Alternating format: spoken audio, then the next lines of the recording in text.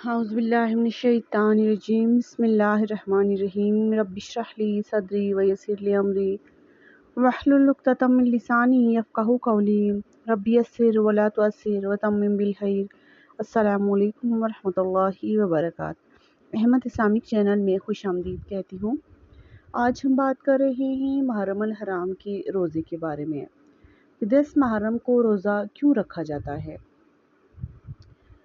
حضور صلی اللہ علیہ وآلہ وسلم جب مدینہ میں تشریف لائے، یہود کو عاشوراء کے دن میں روزہ رکھتے ہوئے پایا۔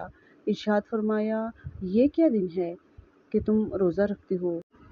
عرض کی، یہ عظمت والا دن ہے کہ اس میں موسیٰ علیہ السلام اور ان کی قوم کو اللہ تعالیٰ نے نجات دی اور فرعون اور اس کی قوم کو ڈبو دیا۔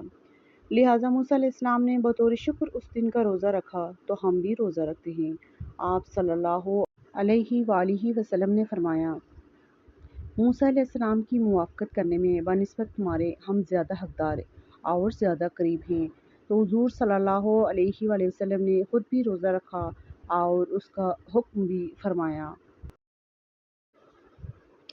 رسول اللہ صلی اللہ علیہ وسلم نے محرم الحرام کے مہینے کے بارے میں پھر سے فرمایا کہ رمضان کے مہینے کے بعد افضل روزہ اللہ کے مہینہ محرم کا روزہ ہے۔